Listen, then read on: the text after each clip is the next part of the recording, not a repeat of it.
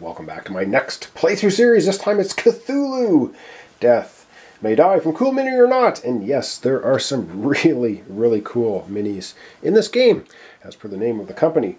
Alright, we're going to be doing a two-player solo run-through of the game. We are playing the first season, first scenario, which is Blasphemous Alchemy against Cthulhu, of course, and we'll be using two players. The first one you can kind of see here is Ahmed, and the other one is going to be Borden.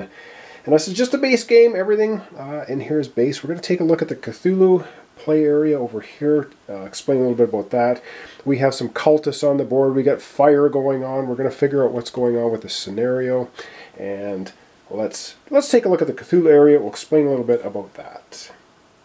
Alright, the gist of this game is to take down the big Elder One, and in this instance it's Cthulhu, and he starts here on this track, and there's been so many how-to-plays and so many playthroughs of this so far. It's come out, I think, 3 or 4 years ago now, so it's not really a new game, but I'm excited to get it to the table. It's going to be a lot of fun.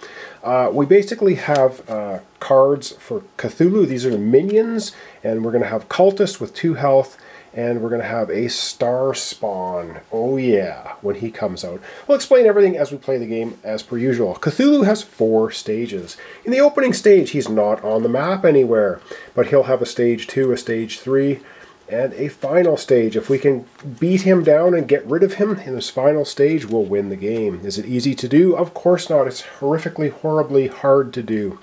These are the specific monsters for Blasphemous Alchemy, and we have a couple of star vampires and a couple of bayakis. Nasty. And I have little red dice here.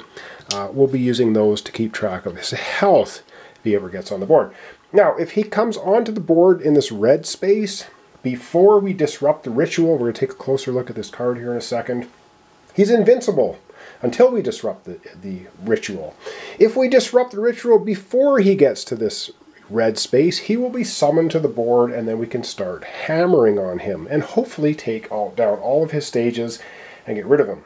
And that is going to be very hard to do.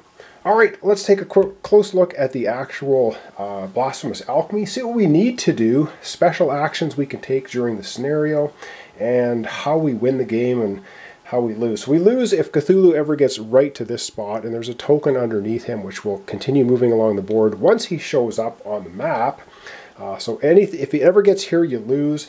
If any one of your 2 characters die before he gets into this red zone, or before you summon him onto the board by disrupting the ritual in the green zone, you lose the game.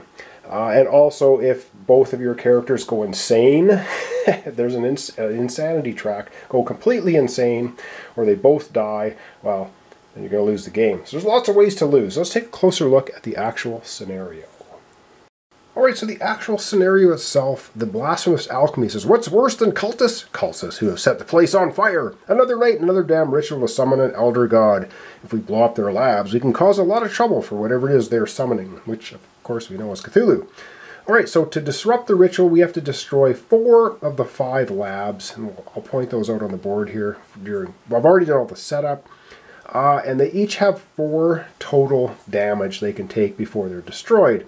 And then a special effect happens after you destroy them. You flip the token over and you'll find out what happens. And when the Elder God advances, place a fire token in each space that has a cultist and no fire. We'll see that as it happens. So the 2 extra actions or scenario actions we can take is extinguish fire, make a roll, remove 1 fire token in your space with each success. To make a roll, use 3 black dice. When it says make a roll, there are green dice or extra dice in the game. I'll explain those again as they happen. And then to destroy equipment, we make a roll against a lab in your space. This doesn't count as an attack, because there's special abilities for attacks in the game for our characters. They get extra dice, they get a whole bunch of extra things. Destroying the equipment's not an attack, so we're just going to be using basically the 3 black dice, and each success deals a wound to the lab. When the lab has 4 or more, you destroy it, flip it over. So, we're trying to disrupt the ritual, we're trying to summon Cthulhu onto the board in his weakened state when we do that, and then we're going to try to take him out, and if we can do that, we'll win the game. Yeah, easily done. Aha. Alright, let's take a look at our 2 characters. We're going to start with Ahmed. Alright, so here we have Ahmed, and before we do that, let's take a look at the back of the this card we've just looked at, and this basically shows you how to set up the scenario. So I've got the upper level set up, the basement level, we have stairs connecting the upper level to the basement level. A star vampire here, we have a Bayaki here. You'll see all of this as we start moving around the board and doing things. That's the initial setup. Alright, so we look at Ahmed. Everyone starts off here with their special abilities. Everything's to the left-hand side with these little tokens.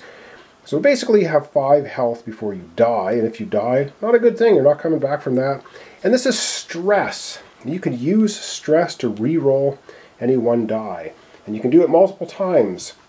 So for him, his special abilities are Healing Prayer. At the end of your turn, you may heal a stress or wound on an investigator in your space, and it can be yourself. So he can keep healing himself, and he has Stealth. When you run, you may sneak once when an enemy doesn't follow you, because normally in the game, when you run past an enemy and go into another room, the enemy comes with you. But with Stealth, you get to dodge one of them. And he has Arcane Mastery. When you make any roll, you may count an Elder Sign as a success. So if we look at these dice, we have green dice and we have black dice. So black dice have an Elder Sign, and they have exclamation points for successes. They have exclamation points and tentacles, which causes you insanity. And I'll explain again as we go. There's many videos how to play everything. We'll just get into it. He does have a problem, though, that plagues him. This is randomly generated here.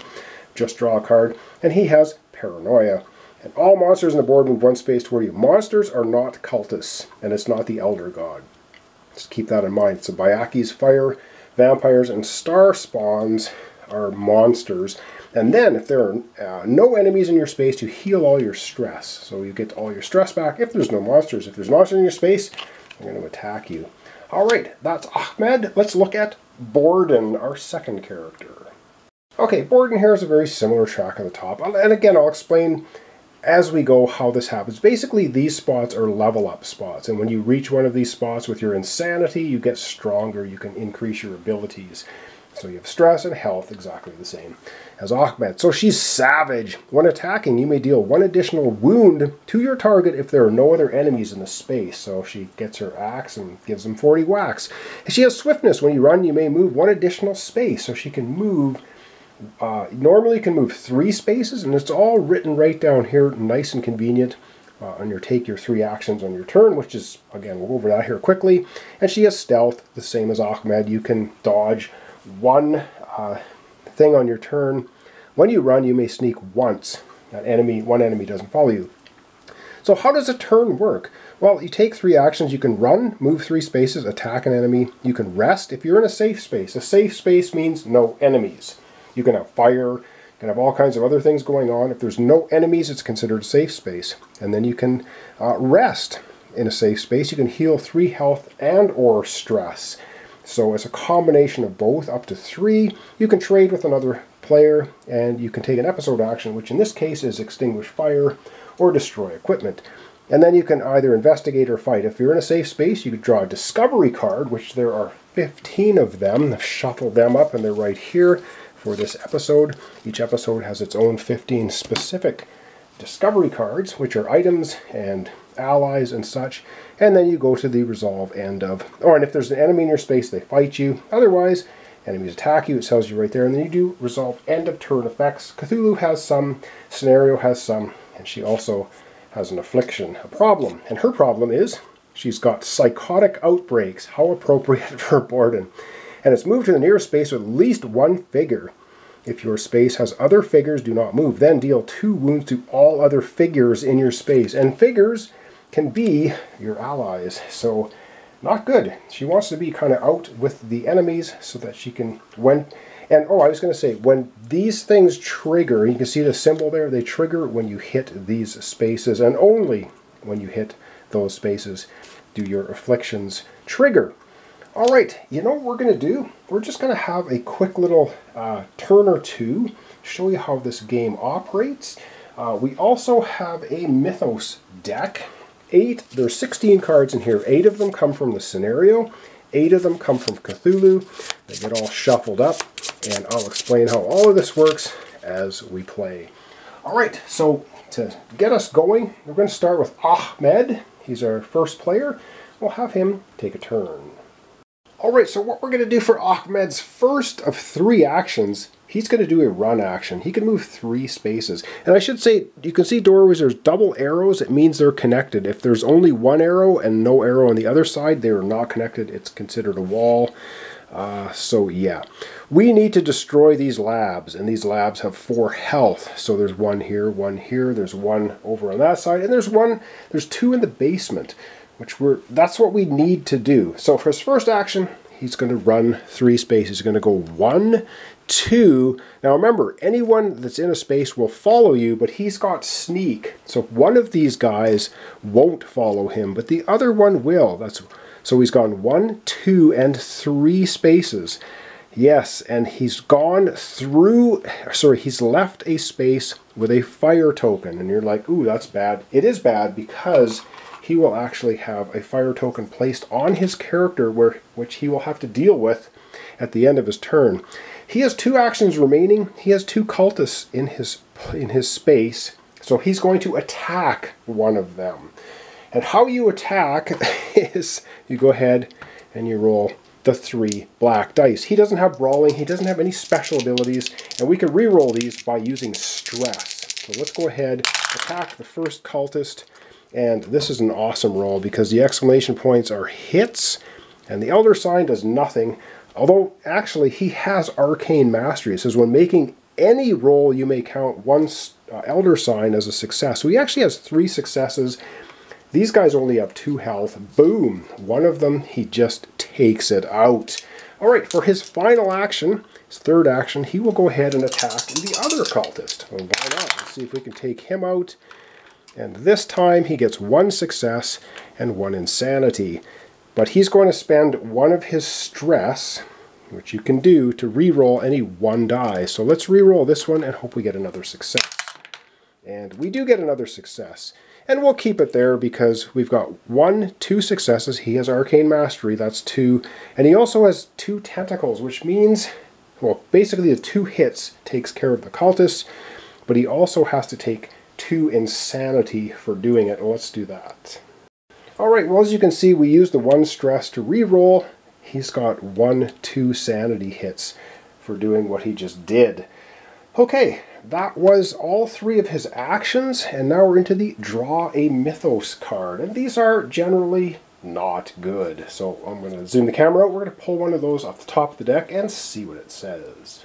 Alright, we're pulling the top Mythos card off the deck, and we'll explain this. Oh god, we have the symbol. If you get 3 of these symbols when you're pulling these cards at the end of turn effects, it means Cthulhu will advance, and that's bad. So anyway, the nearest fire vampire moves 2 spaces towards you, then place 1 fire token in its space. So let's go ahead and figure that one out. So it's going to move 2 spaces toward Ahmed and place a fire token in its space when it gets there. Where's the fire vampire? It is in the basement. Alright, the fire vampire is right here. Very, very cool miniatures. And it is going to move 2 spaces. The stairway is in this location, so it's going to go 1 and 2. It's making its way to the stairs, and it's going to drop a fire token in its space. And when you run through a space with fire tokens, whenever you leave a space, you take as many fire tokens on your character as was in the space you left. So there's the Star Vampire. That's basically all it did. Let's continue looking at this card. And then it says summon a fire vampire. So there's 2 of them in this scenario, and we're going to summon another fire vampire on the blue gate. So let's go ahead and do that. And the blue gate is right here, so yes, indeed, we get another fire vampire showing up right there. And that is our first Mythos card. Oh, bad. That's bad news. Okay, now it is investigate or fight. We have nothing in our space. We got rid of all of those cultists. We can investigate, which means we're going to draw the top card off the investigate or discovery deck. And let's see what it says. We have found a desk in this room. Shoved against the wall. What's in this drawer? You may claim the whiskey bottle. And the whiskey bottle says, discard this card to heal all of your stress and discard all of your guilty conscience cards. Alright, what do we do with this? We're going to slot it into our player board on the left-hand side, and he now has a whiskey bottle. Alright, so Ahmed has a whiskey bottle in his possession now, and we are finished with the investigate phase. And now it is resolve end of turn effects. Well, one of the end of turn effects for him is the end of your turn, you may heal a stress or a wound. And you can do that for to any player in your area or yourself. So he's going to, of course, heal the stress for himself. Now he's fully back to going. We also need to resolve a fire token. There's one of them, so for every fire token on you, you must roll a black die. And we're going to see what the result is. He has to take it. Let's hope it's a blank, and it is an insanity. Now he can give himself a stress to re-roll that, but I think we're going to go ahead and we'll take the insanity hit. And there it is, one insanity hit. And that concludes Ahmed's turn. So now we're going over to Borden. Alright, I think Borden here, I forgot to mention this is the starting space, obviously, for our character. She's going to move 3 spaces. She's going to go 1. She also has stealth. She can dodge one guy, which is actually good. She's going to go 1, 2, and 3. And that's going to pull one of these guys in and give her 1 fire token to deal with at the end of her turn. Alright, that was her first action. Moving 1, 2, 3 spaces. She dodged this guy, and now she's going to do an attack. Obviously, she's Borden, and she's by herself with 1 enemy, which means she can do an automatic wound because of her savage ability. It says, when attacking, you may deal 1 additional wound to your target if there are no other enemies in its space. So, she's going to go ahead and roll her 3 black dice, and she gets to do 1 extra wound, which she didn't even need because she did 1, 2 already. So 3, this cultist is annihilated from her axe. So that was 1 action to move there. Her second action was to attack. She has 1 action remaining, and I don't really know what do we want to do with her. She could move again. I don't know. I don't know if we want to do that. Does she want to move? Yeah, she's going to move 1 more time. We don't want to move in here because the cultists will attack us, but we will move. Let's move into the hallway here. There's a fire here. When you move into a space of the fire, it doesn't bother you. It's when you move out. So she has 1 fire token on her. She's done all of her actions very quickly. And so now we are on to the Mythos phase. Yep, the dreaded Mythos card. And it is Students Go Mad. If you have any student companions, discard 1 student and summon 1 cultist in your space. That's actually a good card to get. Didn't really do anything to us. Nothing happens. Nobody has any companion students with them. That was actually pretty awesome. And now she's also in a space with no enemies. She's in with fire, but no enemies, so she can investigate. So she's going to grab a card off the top of the discovery deck, and what does she find in there? She finds a locked cabinet. Can probably pry this open. You may take 3 wounds to claim the Amulet Nagahal. If you do not claim this, you get the Spirit of Nagahal.